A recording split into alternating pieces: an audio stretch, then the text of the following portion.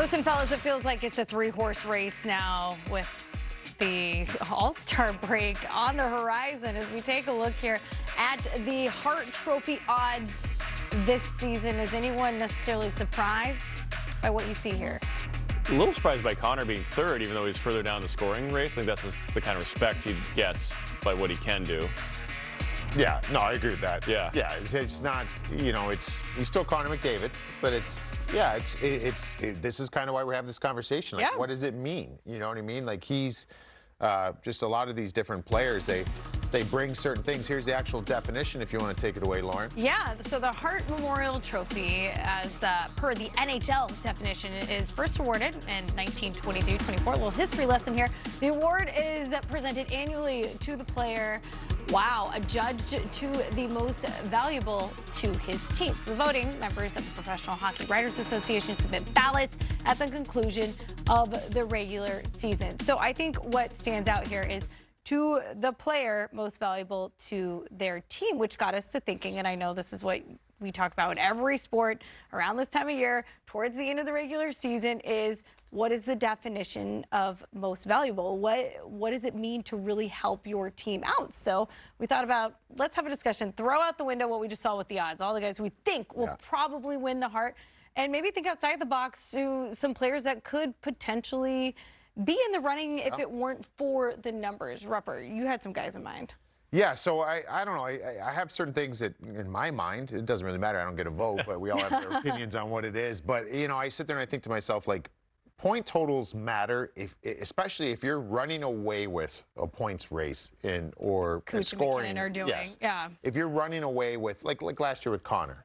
Connor ran away so significantly win points that, like, that has to be your pick, I think. Or there's storylines that I think come into play, like, wow, this team made the playoffs. And why did they make the playoffs? Well, this guy's having this, career year or whatever the circumstances. He might not be a league leader in points, but, example, Taylor Hall, like examples like that.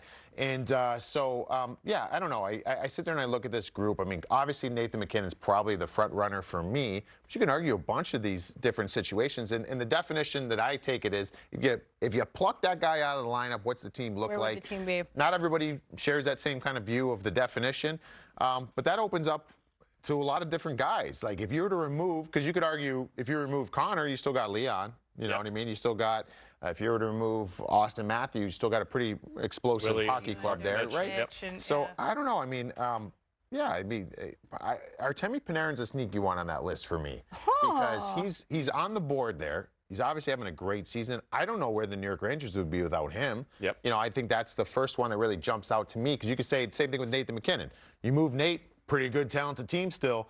It's tricky. I don't know where you're at on it. Yeah, a couple thoughts on that, too. You mentioned Taylor Hall. I was on that team. He won the MVP that year. And I think what stood out to me and maybe to the voters, Nathan MacKinnon finished second that year, by the way, which he probably could have won as well. Year, yeah. But what stood out to me that year, and I think maybe the voters, was Taylor had 93 points. And the next guy in our team was Nico Hischier, had like 50. Yeah. So that gap on one team, I think, to me, you just mentioned, Willie and Marner and Matthews and Leon and Connor and even MacKinnon with Rantanen. Do those guys cannibalize some of the votes from each other because, we got another superstar riding shotgun? So for that criteria, one guy stuck out to me was David Pastrnak, sitting at 67 points. Next close on that team is Brad Marchand at 46. That's a 21-point difference on what we just talked about, maybe the iron of the East right now.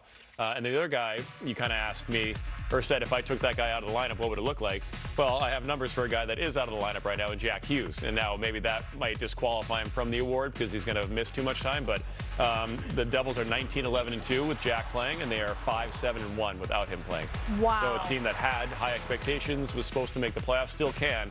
You can see literally the difference of the team when he is in the lineup or not. So those are two guys, Pastrnak and Jack Hughes, to me, that are dark horses.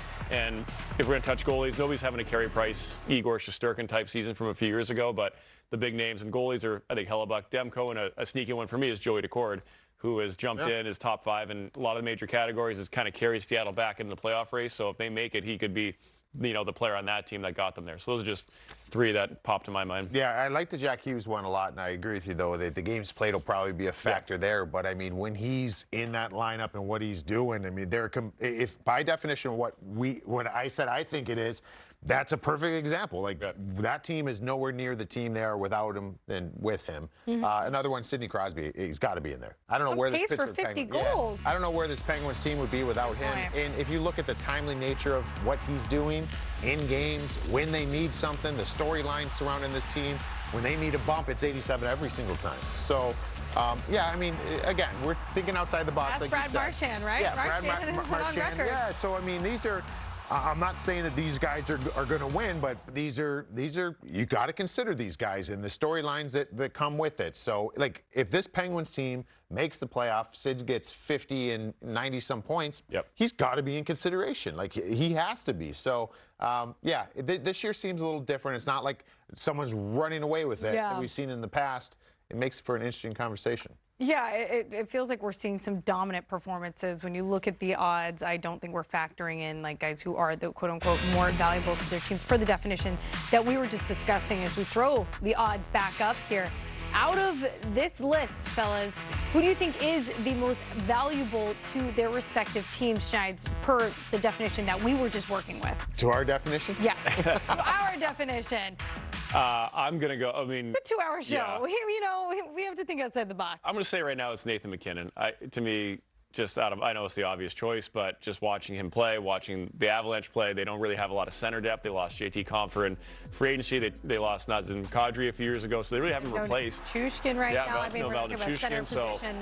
The Gabe Landeskog is still out. Exactly. So to me, I think he's the engine that drives that train, and they're a scary team. I think they're scary because of him. If you take him out of that lineup right now, they have no centerman really. Johansson's having a tough year. They'll be real thin down the middle, so I think he is incredibly valuable to that team. You know, and I appreciate that argument, and I think it goes deeper than just the numbers in his production on the ice. It's what he's doing in the room. It's that drive. It's the discipline. It's that fire, that energy, the passion. It's kind of the grit, the sandpaper. And I think everyone kind of follows suit, right? He leads by example. Obviously, he leads by example, though. Yeah, he does. And I think he's taken it to the next level this year. When we thought it was almost impossible, we're also seeing McDavid do the same thing. Yeah, that's a great point that you bring up with Connor McDavid. And I know a lot of people, it's going to be a sore conversation because a lot of people are going to think, what do you mean, Connor McDavid? Like, his numbers are not where they were last year. I mean, he's on pace right now for 33 goals. He had 64 last year, right? Like, that to me is the most, that thing is, but that's like the most non-talked about thing in hockey right now. And I say this in a positive way because I love his game, love what he's bringing. But he challenged that team on clean-out day or whenever that was at the end of last season when they got eliminated. And there was a challenge put in place. What they went through at the beginning of this year and the way he, I think, leads inside that room, and there's others, I'm sure, on that team that do it, this might be the most complete performance I've seen from Connor. And I know we've seen 64 goals, 150-some points, and we've seen that stuff from him. But this is impressive. And all the people out there that always said, well, win a cup, and then we'll say that he's one of the greats.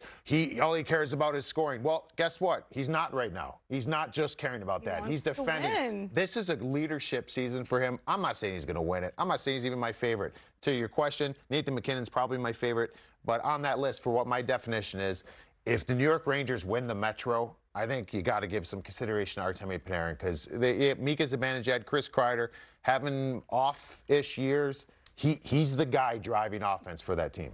I love Rupcourt here making the case, passionate defensive guys. I love it. This was good. Both of you guys. I'll have you represent me any day in court. Very passionate. Yeah, and to see 97 clawing his way back up the standings with his Oilers after what happened earlier in this season, that definitely helps his case.